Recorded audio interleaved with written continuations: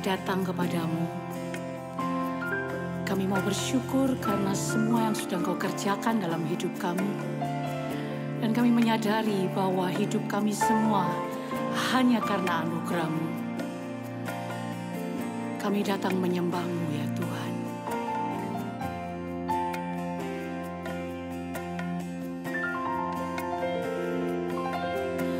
Kemanakah aku dapat pergi, menjauhi roh-Mu yang suci, Kau sahabat,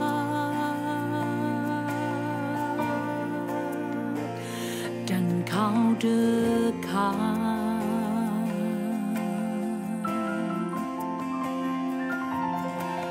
Bahkan seluruh pengabdianku tak bisa membalas kesetiaan-Mu, sungguh mulia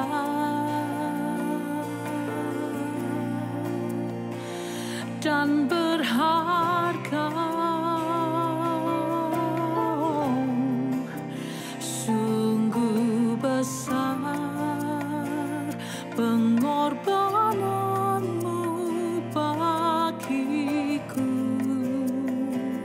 terlalu dalam untuk dimengerti. Sungguh besar,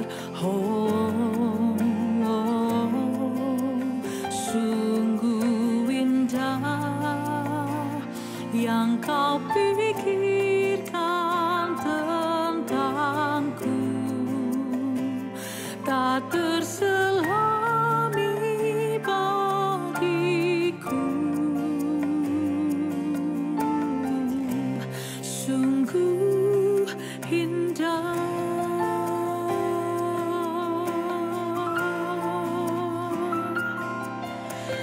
Kemanakah aku dapat pergi, menjauhi roh-Mu yang suci, Kau sahabat,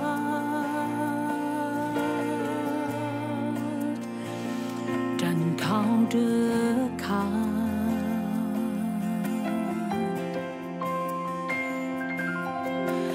Bahkan seluruh pengabdianku tak bisa membalas kesetiaan-Mu, sungguh mulia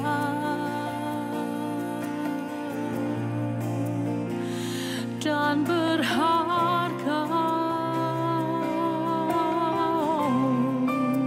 Sungguh besar pengorbanan-Mu bagiku,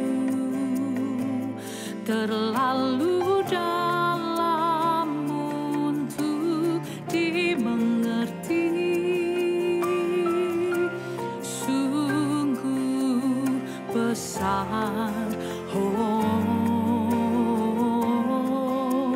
sungguh indah yang Kau pikirkan tentangku, tak terselami bagiku. Sungguh indah,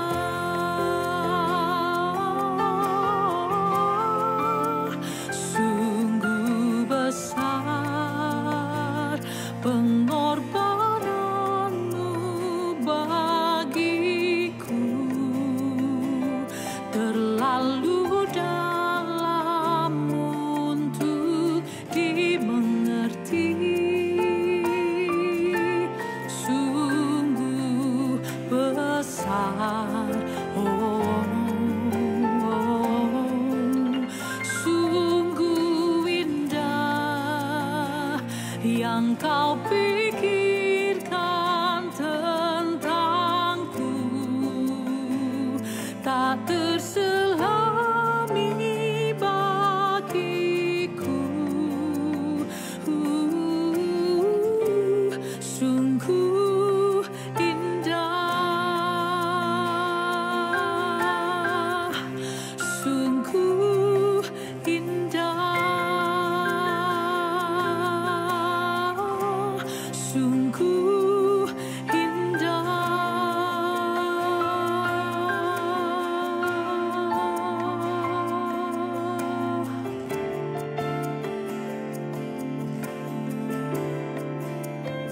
Dan Engkau menjadikan kami biji mata-Mu.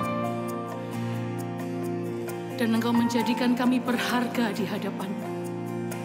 Dan kami mulia. Dan kami milik kepunyaan-Mu. Kami datang untuk menyembah. Oh, bersyukur buat kasih-Mu bagiku. Tak terselami, tak dapat ku mengerti besarnya kasih setia-Mu. Oh, cinta-Mu ajaib, kasih-Mu besar bagiku, Tuhan. Ku hargai, oh takkan pernah ku lupakan.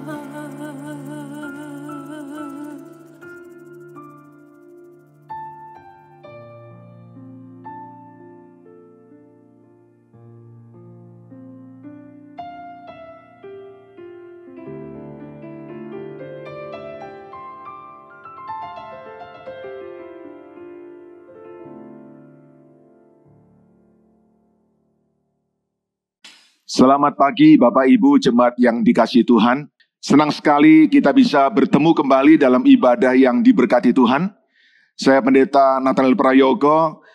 Sungguh satu sukacita dan kehormatan untuk kembali melayani Bapak Ibu dalam ibadah pada hari ini, Minggu 2 Agustus 2020, yang saya percaya pasti akan memberkati kita semua. Saya ingin menyapa lebih dahulu Jemaat GSKI Betani Nginden, Shalom. Jemaat GSKI Betani Manyar, Shalom. Jemaat GSKI Betani Citraland, Shalom. Jemaat GSKI Betani Sukomandunggal, Shalom. Dan Jemaat GSKI Betani cabang-cabang di Surabaya dan sekitarnya, Shalom buat kita semua. Senang sekali kita boleh ada di dalam hadirat Tuhan.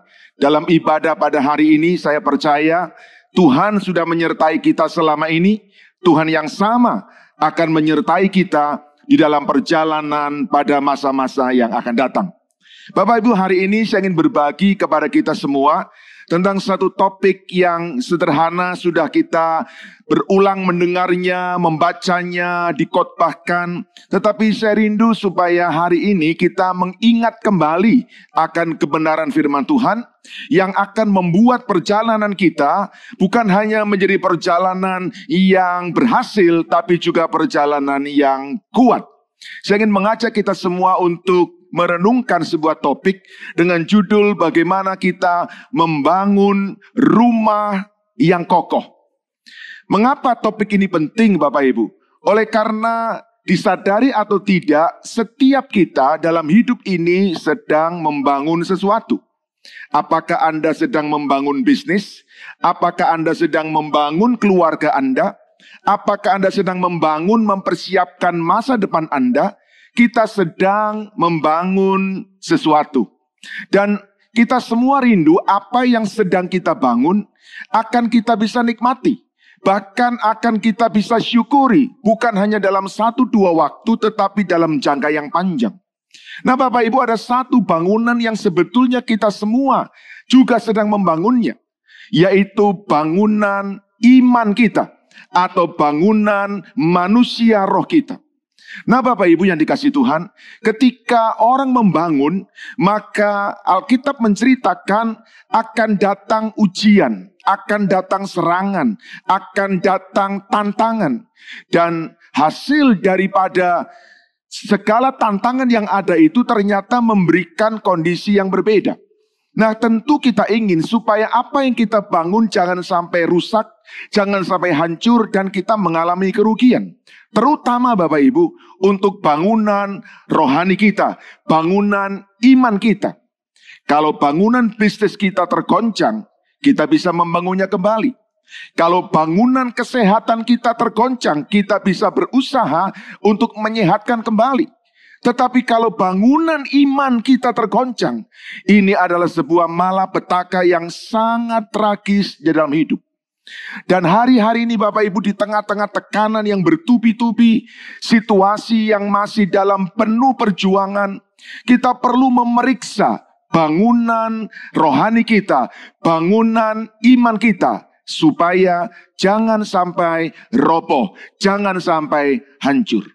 Mari kita melihat bersama-sama apa kata Alkitab tentang bagaimana membangun rumah yang kokoh. Yesus memberi kepada kita sebuah pelajaran yang indah. Matius pasal 7 ayat 24 sampai 27. Bapak Ibu tentu sudah mengenal kisah ini, perumpamaan ini. Tapi izinkan hari ini saya ingin mengajak kita semua sekali lagi melihat bangunan, terutama iman kita.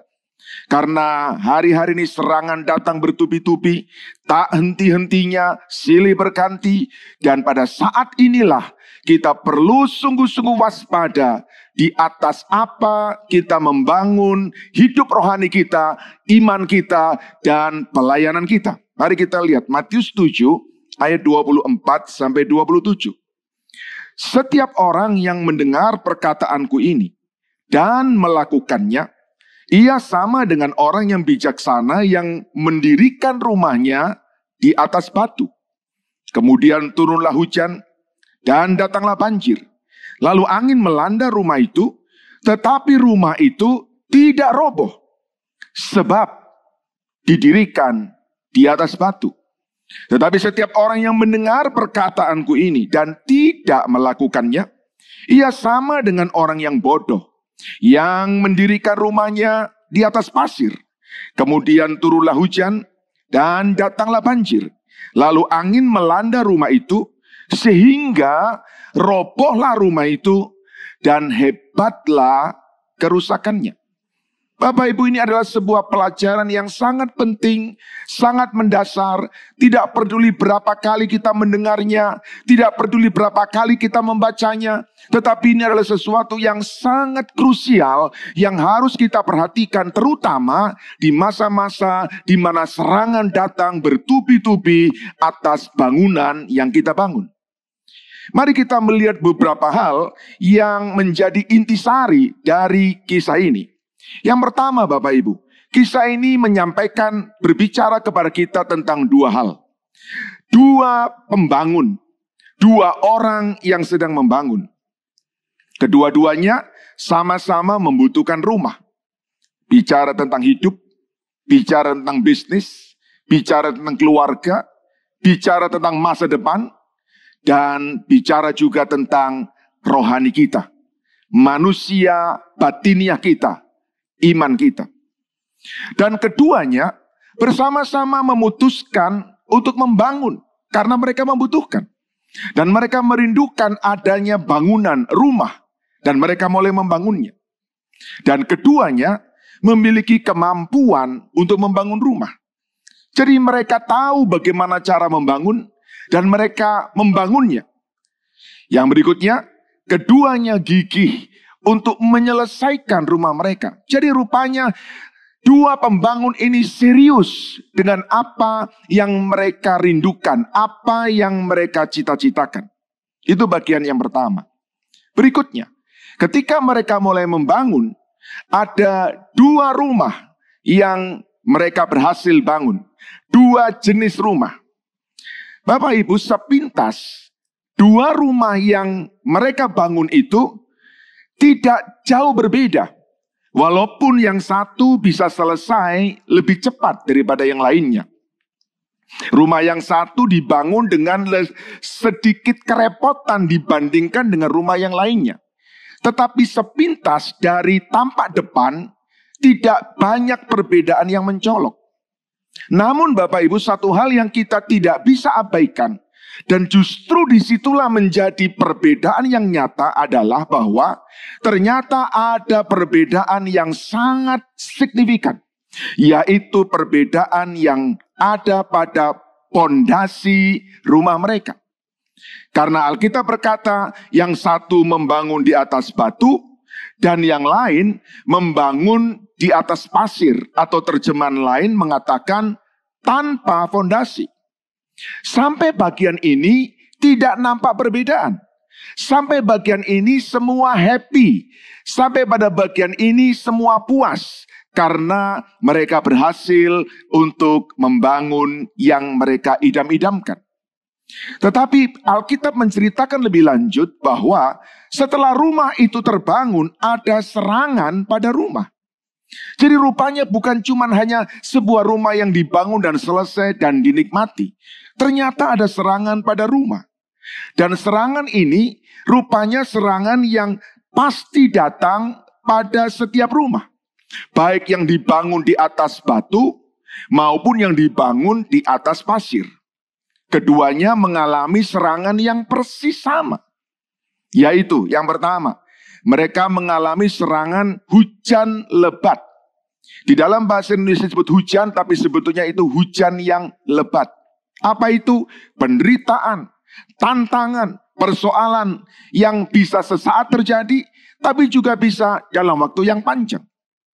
Yang kedua, banjir. Banjir bandang. Banjir dengan kekuatan yang sangat besar, dengan volume yang sangat besar, dan dengan daya rusak yang sangat besar. Apa yang digambarkan dari banjir itu? Saya bisa menyebutkan inilah serangan berupa berbagai arus informasi, berbagai berita yang datang tiap hari dalam hidup kita, melalui media sosial, melalui gadget kita, melalui media televisi, melalui media cetak. Hari-hari ini kita sedang dibombardir dengan berita-berita yang begitu besar. Godaan dari manusia, nasihat dari teman, petunjuk-petunjuk, informasi-informasi dari sahabat datang bertubi-tubi setiap hari. Yang ketiga, serangan berupa angin puting beliung. Serangan yang begitu kencang datang yang diakibatkan dari kuasa kegelapan. Tidak bisa kita hindari Bapak Ibu bahwa ada serangan dari kuasa kegelapan yang sedang terjadi. Dan inilah yang menghantam dua rumah yang selesai dibangun itu. Bapak Ibu, bukankah ini menggambarkan keadaan yang sekarang sedang terjadi? Bertubi-tubi datang. Setiap hari seolah-olah tanpa henti. Dan ketika serangan itu datang, ketika ujian itu datang, ketika banjir, hujan itu datang, ternyata ada akibatnya. Akibatnya sangat berbeda. Tadi rumah itu kelihatan sama, tetapi setelah mengalami serangan, akibatnya ternyata sangat berbeda. Alkitab mengatakan seperti ini. Rumah yang satu tidak roboh. Anda bisa melihat ada gambar yang saya berikan di sana. Rumah yang satu kuat. Dan rumah yang lain roboh. Dan bukan cuma roboh, Alkitab tambahkan dan hebatlah kerusakannya. Terjemahan lain ditambahkan dan hebatlah kerugiannya. Jadi Bapak Ibu, apa yang dibangun oleh seorang pembangun yang tadi membangun itu tanpa dasar atau di atas pasir, ternyata mengalami sebuah persoalan, mengalami kerugian, bangunannya hancur dan kerugiannya sangat besar. Sangat mengerikan kalau ini terjadi pada hidup rohani kita atau pada iman kita. Nah, kita coba untuk meneliti mengapa yang satu bisa kuat, yang satu hancur, yang satu kokoh, yang satu roboh. Ternyata Alkitab memberi kepada kita jawaban yang sangat gamblang. Penyebabnya adalah begini Bapak Ibu. Yang satu mendengar perkataanku ini dan melakukannya. Ia adalah orang yang bijaksana. Dan digambarkan seperti orang yang membangun rumahnya di atas batu. Simple, tetapi sangat nyata. Mendengar firman dan melakukannya. Sementara yang lain adalah orang yang sama-sama mendengar firman. Tetapi tidak melakukannya. Dan orang ini disebut sebagai orang yang bodoh. Yaitu orang yang mendirikan rumahnya di atas pasir. Bapak Ibu, dua-duanya kelihatan mendengar firman. Dua-duanya ada di dalam ibadah. Dua-duanya terdaftar sebagai anggota gereja. Dua-duanya ikut di dalam komsel, family altar. Tetapi ketika serangan datang, ternyata hasilnya sangat berbeda. Saya ingin memberikan kesimpulan adalah demikian Bapak Ibu. Ternyata hidup yang taat firman akan kokoh. Sementara hidup yang mengabaikan firman akan hancur dan rugi. Sama-sama mendengar, tetapi akibatnya hasil akhirnya berbeda. Yang satu kokoh, yang satu hancur dan rugi.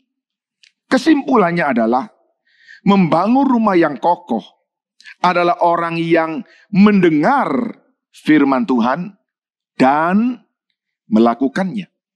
Ketika Anda mendengar ini tentu Anda berkata, ya saya tahu Pak, ya itu sudah saya kenal sangat lama. Betul Bapak Ibu. Tapi mari saya ingin mengingatkan kepada kita di dalam kesempatan yang indah ini. Apakah Anda dan saya adalah orang yang mendengar firman dan melakukannya? Karena kalau tidak, kita hanya mendengar dan kita senang dengan mendengar, kita puas dengan mendengar, kita bangga dengan mendengar, dan kita berhenti pada mendengar.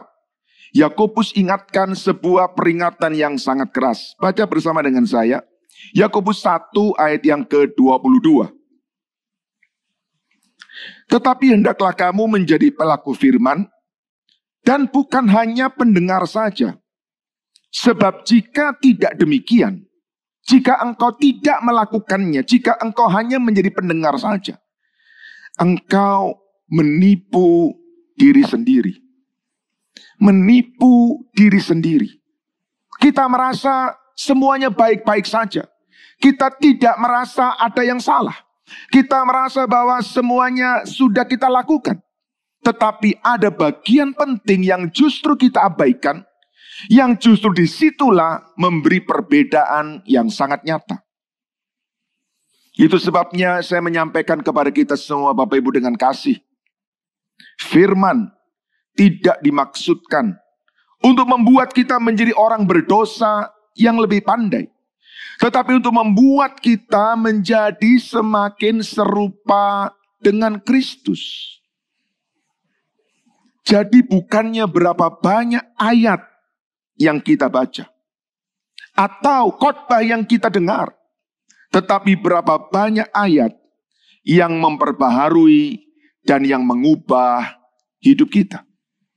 Ini adalah sebuah tantangan yang sangat penting.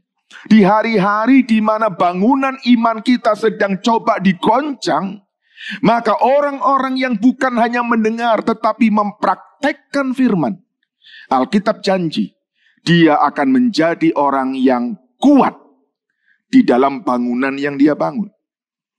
Bapak Ibu, ada sebuah peringatan baik sekali buat kita.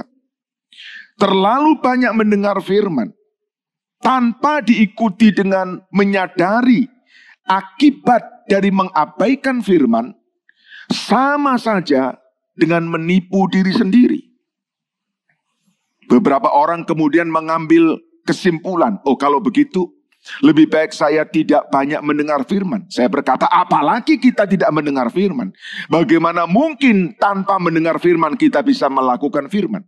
Tetapi dorongan yang saya mau beri kepada kita semua Bapak Ibu adalah, mari kita di tengah-tengah situasi yang sangat sulit ini, dan sementara itu juga begitu banyak firman disampaikan. Anda bisa masuk di YouTube setiap hari Minggu dan Anda akan bisa temukan ratusan khotbah di sana. Tapi masalahnya bukan banyaknya khotbah yang kita dengar. Masalahnya adalah apakah khotbah itu membuat kita berubah? Apakah firman itu membuat kita menjadi manusia yang baru? Nah, saya ingin menyampaikan dengan cepat bagaimana kita bisa menjadi pelaku firman.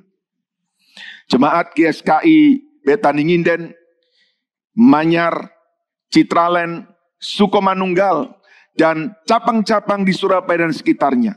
Ayo kita sama-sama buat tekad. Saya mau menjadi pelaku firman. Saya mau menjadi pelaku firman. Bagaimana kita bisa menjadi pelaku firman? Yang pertama Bapak Ibu, kita harus menghargai firman. Bagaimana kita mau melakukan firman kalau kita merasa firman adalah barang yang biasa? Firman adalah sesuatu yang sudah kita temukan setiap hari.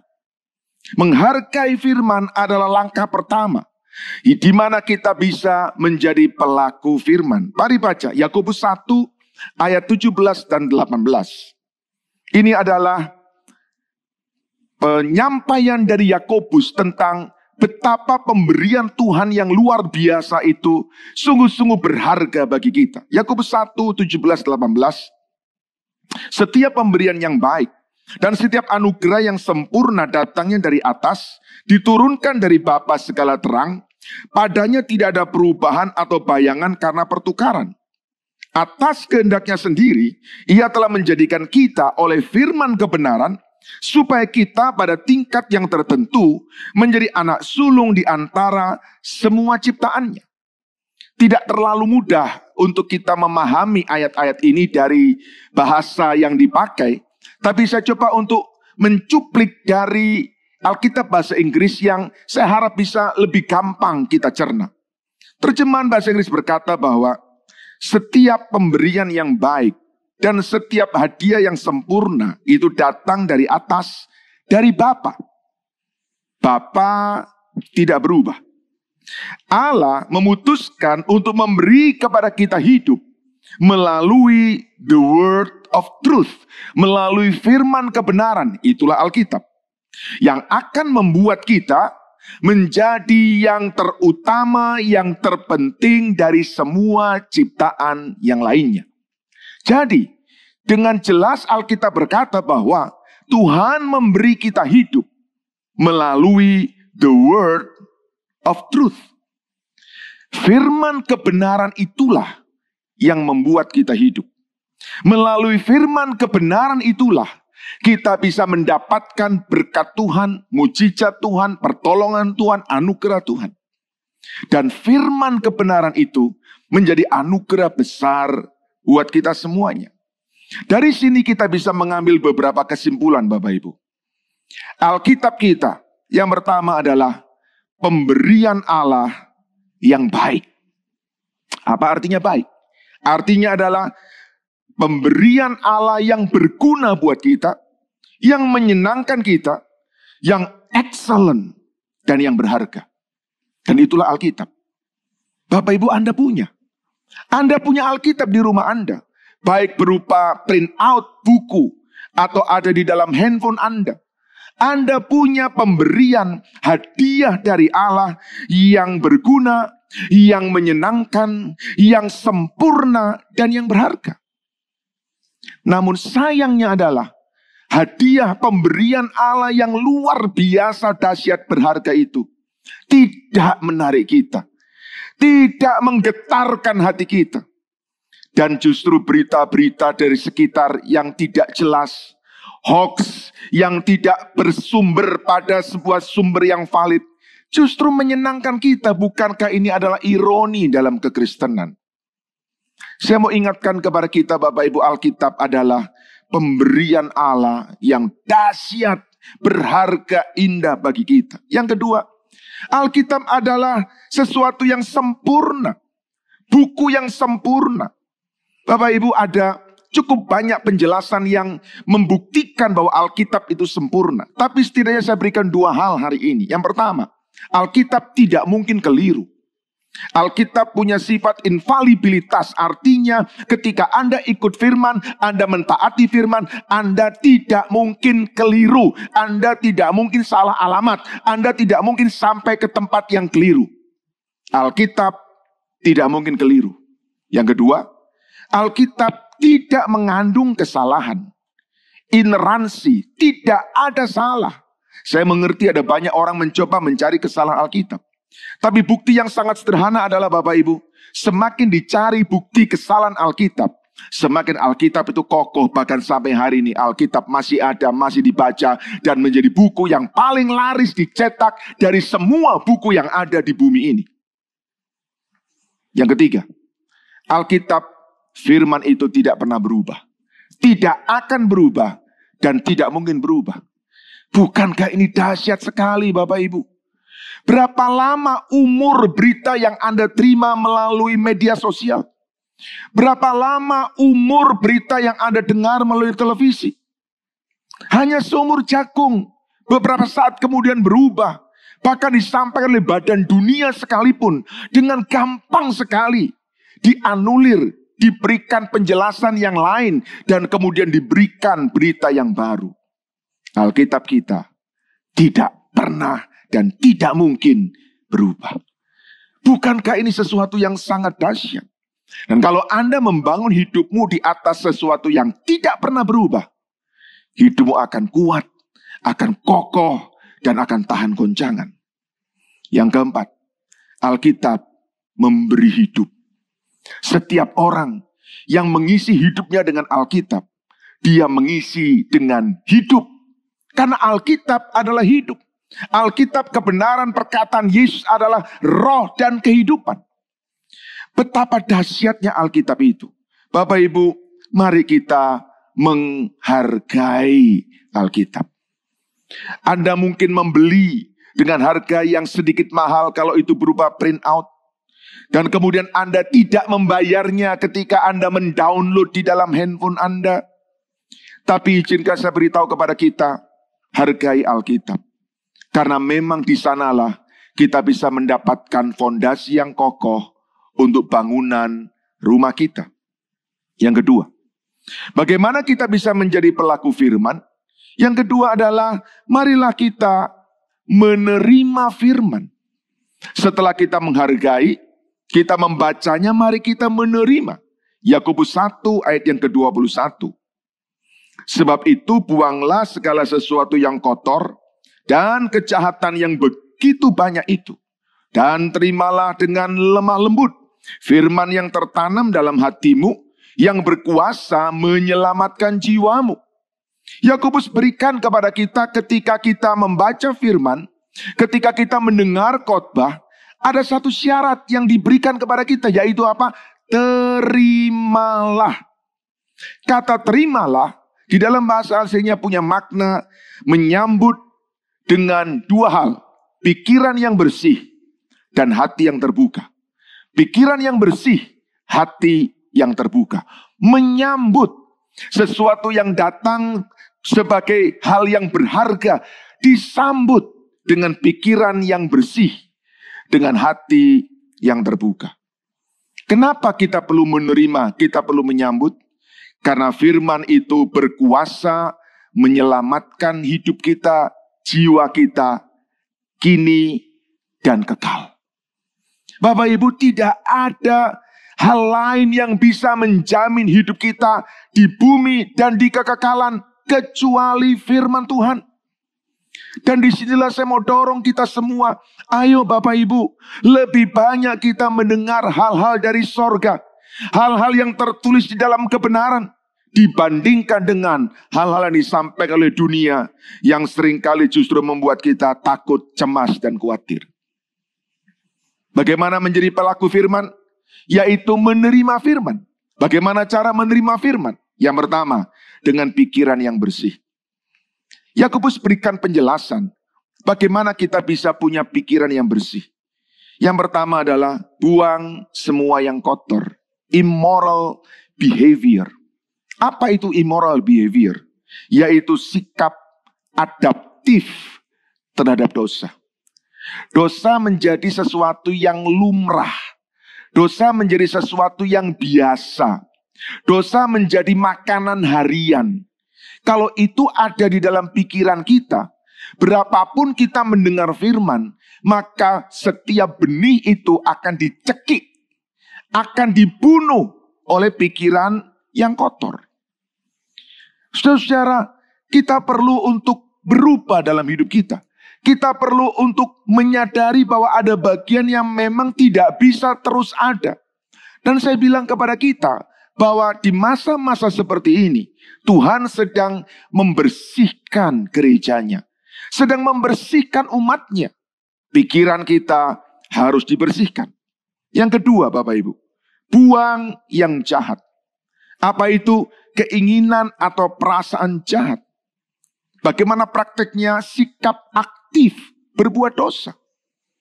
Ada banyak orang Kristen sekalipun, tetapi dosa bukan hanya dia terima atau dia adaptasi, tetapi dosa menjadi perilaku sehari-hari. Bukankah ini sangat mengerikan? Dan kalau ada orang-orang yang sedemikian, dan walaupun dia cukup aktif dalam ibadah, senang di dalam komsel, mempelajari dan kemudian mendengarkan begitu banyak khotbah, ia sama seperti orang yang membangun rumah di atas pasir. Karena firman tidak bisa bertumbuh karena pikiran yang tidak dibersihkan. Membuang yang kotor dan membuang yang jahat. Bahasa lain yang kita pahami adalah mengaku dosa dan bertobat. Saya percaya hari-hari ini Bapak Ibu, apa yang Tuhan izinkan datang di atas muka bumi ini, pada gerejanya, yang membuat kita tidak bisa hidup sebebas yang lalu, baik buat kita. Untuk kita menundukkan diri, introspeksi, bercermin kepada firman, dan mulai meninggalkan dosa dan bertobat. Karena dengan demikian, pikiran kita akan dibersihkan. Karena pikiran yang bersih adalah tanah yang subur untuk benih firman ditaburkan. Saya berdoa supaya setiap kita benar-benar mau dalam hidup ini untuk membuang yang kotor dan membuang yang jahat. Yang kedua, bagaimana sikap yang diajarkan Yakobus untuk menerima firman? Bukan cuma pikiran yang bersih, tetapi juga dengan hati yang terbuka. Hati yang terbuka artinya dia mau bersedia menerima kebenaran apapun. Itulah yang Yakobus sebutkan dengan sikap lemah lembut. Apapun kebenaran, saya hanya berkata, ya Tuhan. Ku jawab, ya Tuhan. Kadang-kadang kebenaran tidak masuk akal. Kadang-kadang kebenaran bertolak belakang dengan keinginan. Kadang-kadang kebenaran begitu menyakitkan kita. Tapi kebenaran adalah kebenaran dan kebenaran tidak mungkin berubah. Hati yang terbuka adalah sikap yang menerima kebenaran apa adanya. Mengapa orang sulit untuk punya hati yang terbuka? Beberapa penghalang. Yang pertama adalah karena hatinya penuh. Penuh dengan apa? Penuh dengan hidupnya, penuh dengan cita-citanya, penuh dengan rencananya. Tapi juga penuh dengan ketakutan, kecemasan, kekhawatiran. Alkitab berkata dengan jelas bahwa kecemasan, kekhawatiran, ketakutan itu seperti semak duri yang mencekik benih yang tumbuh. Dan kalau hati kita penuh dengan kecemasan, ketakutan, firman tidak bisa bertumbuh.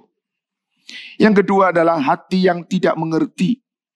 Berapapun firman disampaikan, maka firman hanya lalu saja.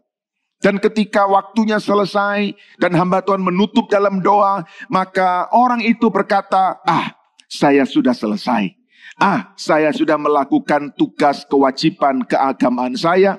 Dan itu berarti saya sudah menjadi orang yang rohani. Keliru besar Bapak Ibu.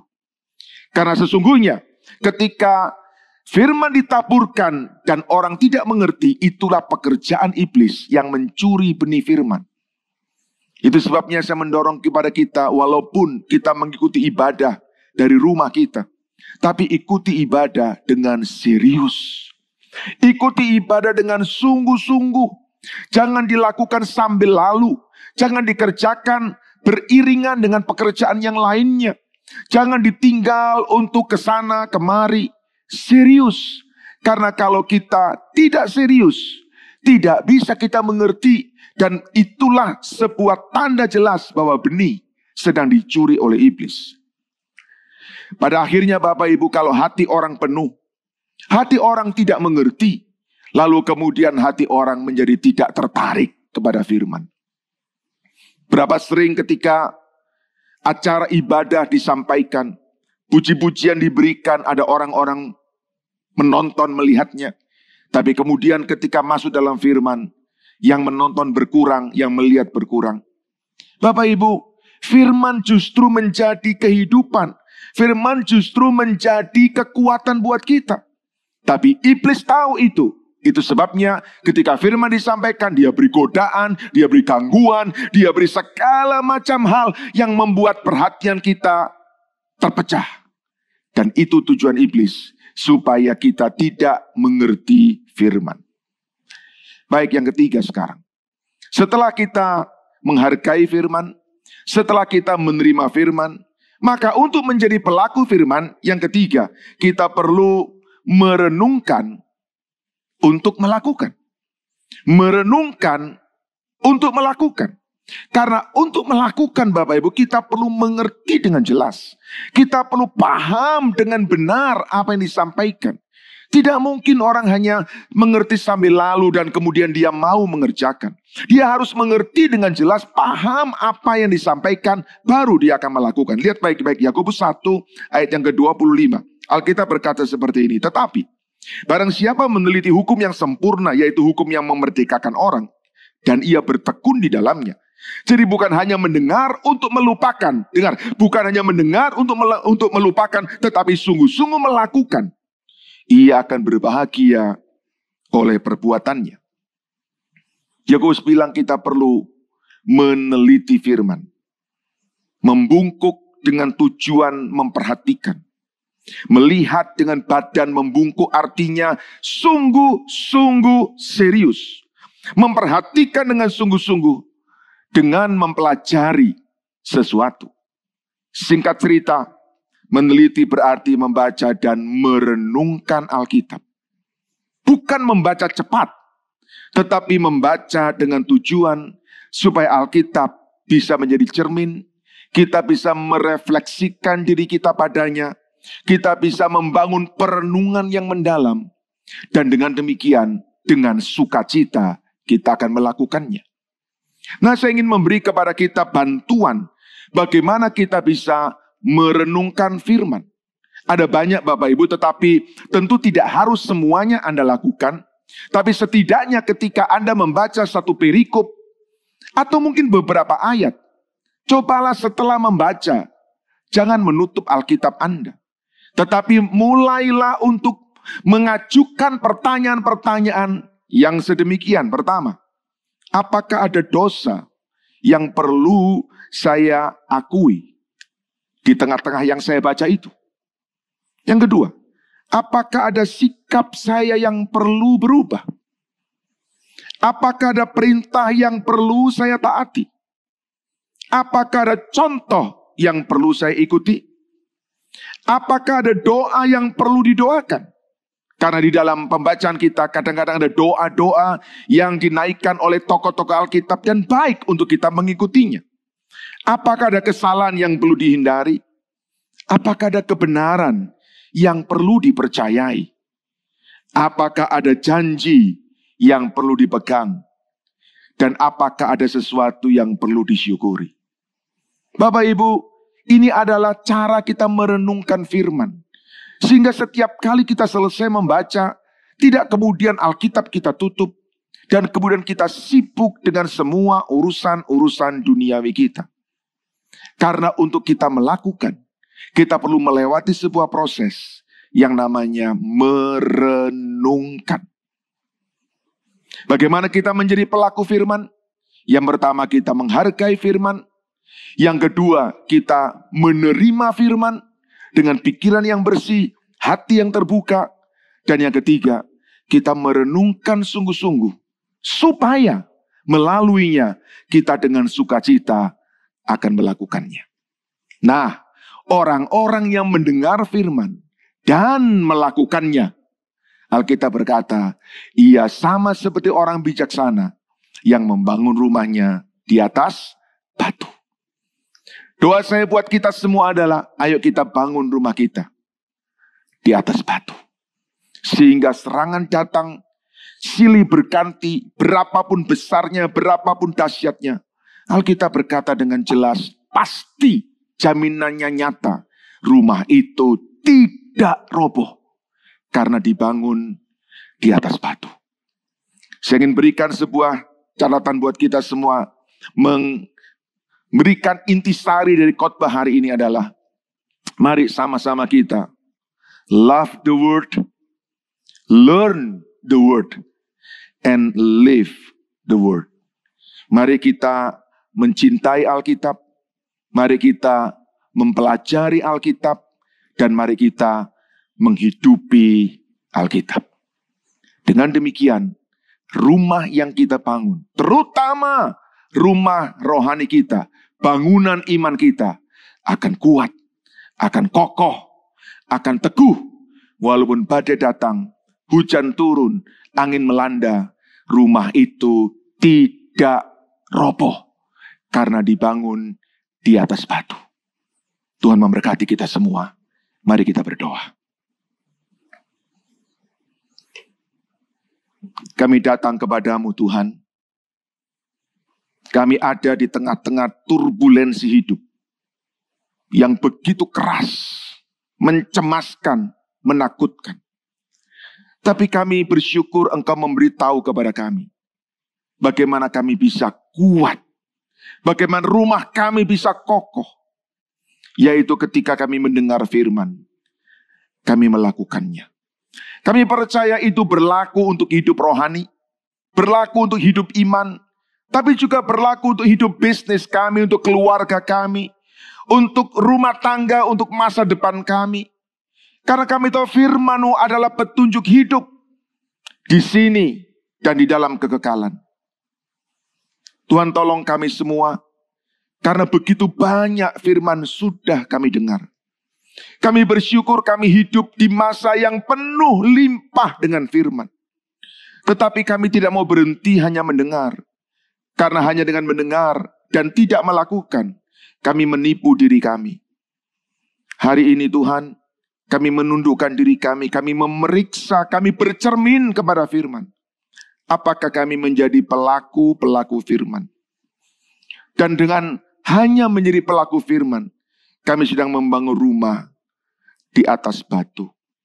Tolong kami Tuhan, supaya melewati badai, tantangan, segala macam hal yang sedang terjadi, kami tetap kuat, kami selalu kuat, dan kami akan tetap kuat di dalam Tuhan. Terima kasih buat hari ini. Kami sungguh bersyukur karena Engkau memberitahu kepada kami bagaimana kami bisa membangun rumah yang kokoh. Di dalam nama Tuhan Yesus Kristus, Allah yang mengasihi kami, Bapa yang baik buat kami peralaskan doa kami. Haleluya. Sama-sama kita katakan amin. Tuhan memberkati kita.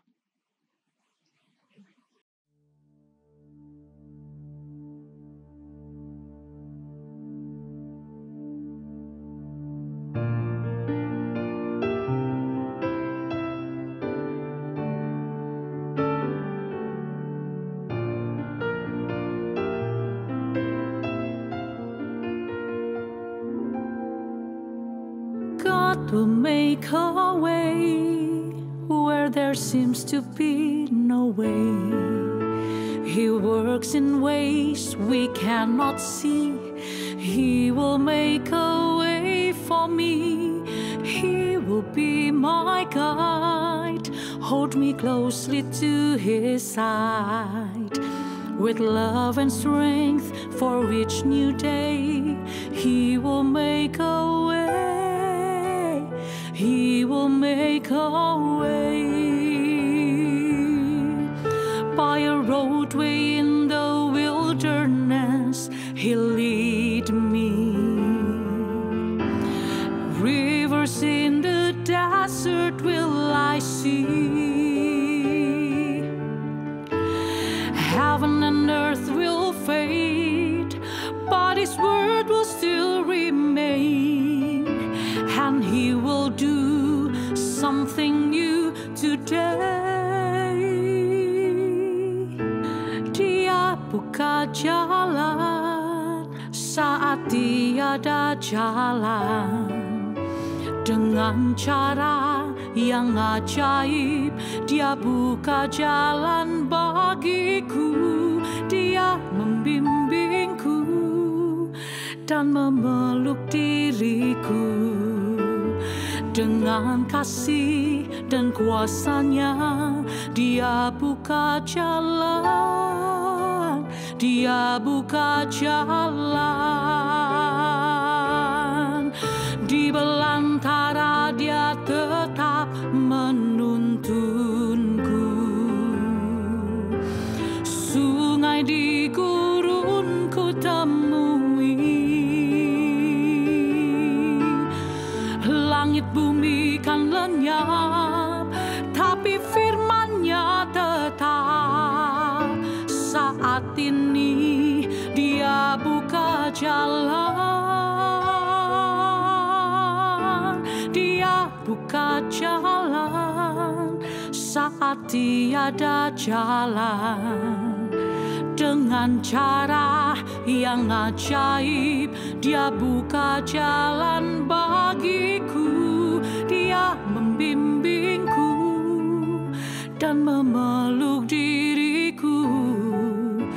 Dengan kasih dan kuasa-Nya Dia buka jalan. Dia buka jalan. Dengan kasih dan kuasa-Nya Dia buka jalan. Dia buka jalan. Dengan kasih dan kuasa-Nya Dia buka jalan. Dia buka jalan.